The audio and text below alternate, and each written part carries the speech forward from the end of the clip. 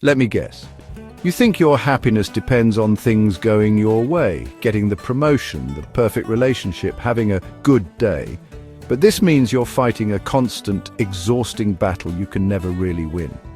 Every day feels like walking a tightrope where one surprise gust of wind, an unkind comment, a project delay, a change of plans, sends you spiraling into frustration and anxiety. But what if there was another way? What if you could build a fortress inside your own mind, a source of strength and calm that no outside event could ever touch?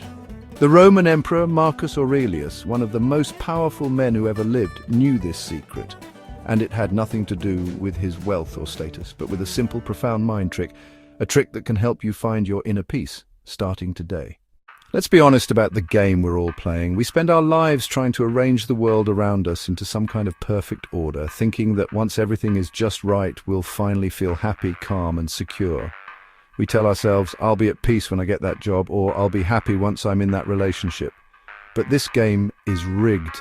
The Stoics understood that so much of our unhappiness comes down to one fundamental miscalculation. We think we have control over things when we just don't.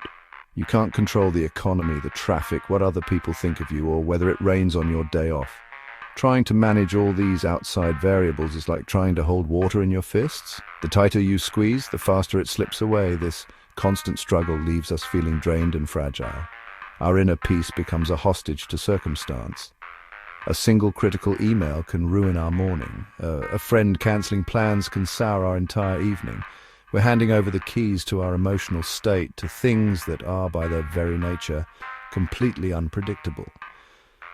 So much of our anxiety comes from stressing about a future we can't dictate and dwelling on a past we can't change. That isn't living, it's just constantly reacting.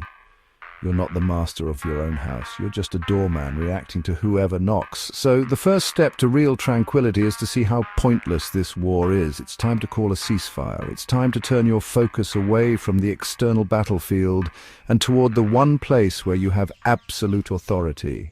The secret lies in one of the most powerful and practical ideas in all of philosophy, summed up perfectly by Marcus Aurelius himself.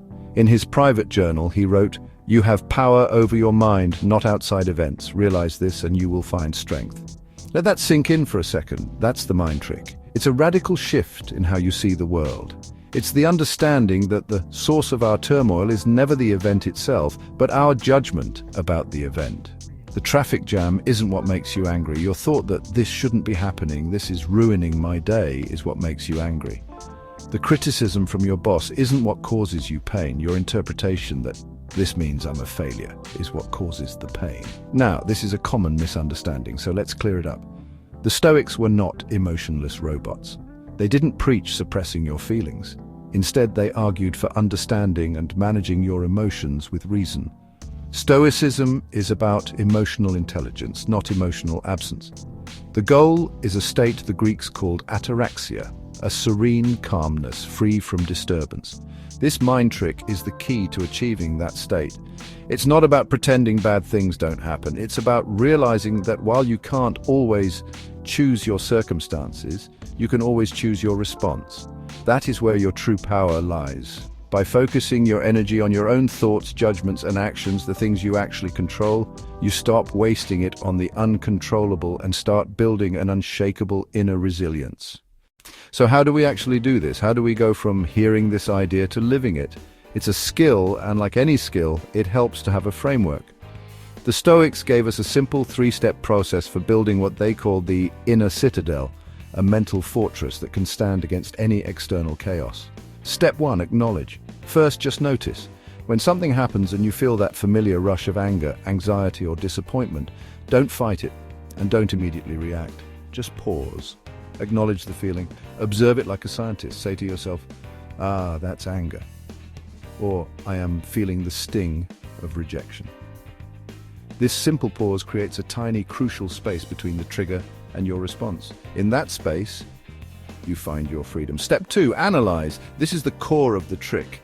In that little space you've created, ask one pivotal question. Is this within my control or outside of it? This is the famous Stoic dichotomy of control. Be brutally honest with yourself. Is your co-worker's opinion in your control? Nope. Is the final outcome of a job application in your control? No. Is the fact that someone was rude to you? Definitely not. What is in your control? Your own thoughts, your judgments, your intentions, and your actions. The philosopher Epictetus said that telling these two things apart is pretty much the most important job we have in life. Step 3. Act. What you figured out in step 2 tells you exactly what to do next. If it's outside your control, your job is to practice acceptance. This isn't giving up. It's a wise and powerful act of letting go. You accept it the way you accept the weather. Raging against the rain is pointless and just makes you miserable. You can still dislike it, but you don't let it ruin your peace. If it's within your control, then you act. You pour all your energy into that. You can't control if you get the promotion, but you can control the quality of your work and how you prepare for the interview. You can't control the economy, but you can control your own spending and saving habits. This is where your effort belongs. Do your absolute best and then accept the outcome, whatever it is. If this idea of building an inner citadel is clicking with you, take a moment to hit subscribe. We explore timeless wisdom like this every week to help you live a stronger, more tranquil life. Join us and let's continue the journey together. This wasn't just a theory for Marcus Aurelius, it was his daily survival guide. I mean, imagine being the emperor of Rome. He faced constant war, a plague that killed millions, political betrayals, personal loss, and the crushing pressure of ruling most of the known world. At one point, his most trusted general, Avidius Cassius, declared himself emperor in the East, a massive betrayal that could have sparked a bloody civil war. How did Marcus react? Did he fly into a rage, despair? His own writings suggest he put the Stoic framework to work immediately. He acknowledged his feelings of betrayal and sadness, but then he analyzed the situation. He couldn't control Cassius's ambition or the actions of the rebel soldiers. That was external. What could he control? His own response. He could choose not to be eaten by hatred. He could choose to act with justice and reason for the good of Rome. So, he acted. He gave a speech to his soldiers that wasn't full of anger, but of sorrow for a fallen friend and a plea to avoid bloodshed. He focused on his duty to restore order with as little violence as possible.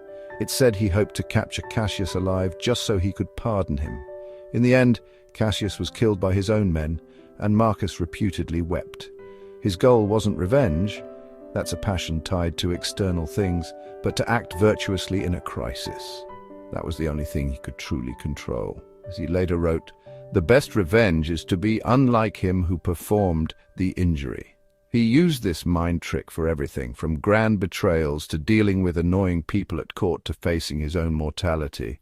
It was his anchor in the storm. You don't need to be a Roman emperor to use this. This tool is designed for the friction of everyday life.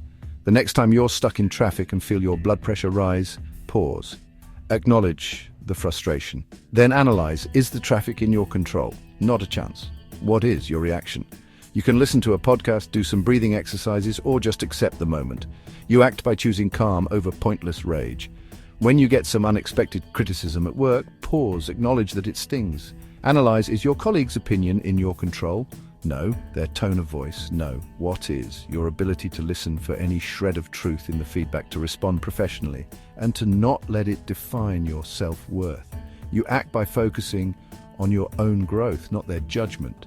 Doing this consistently is like training a muscle. Every time you consciously choose your response instead of having a knee-jerk reaction, you make your inner citadel a little bit stronger.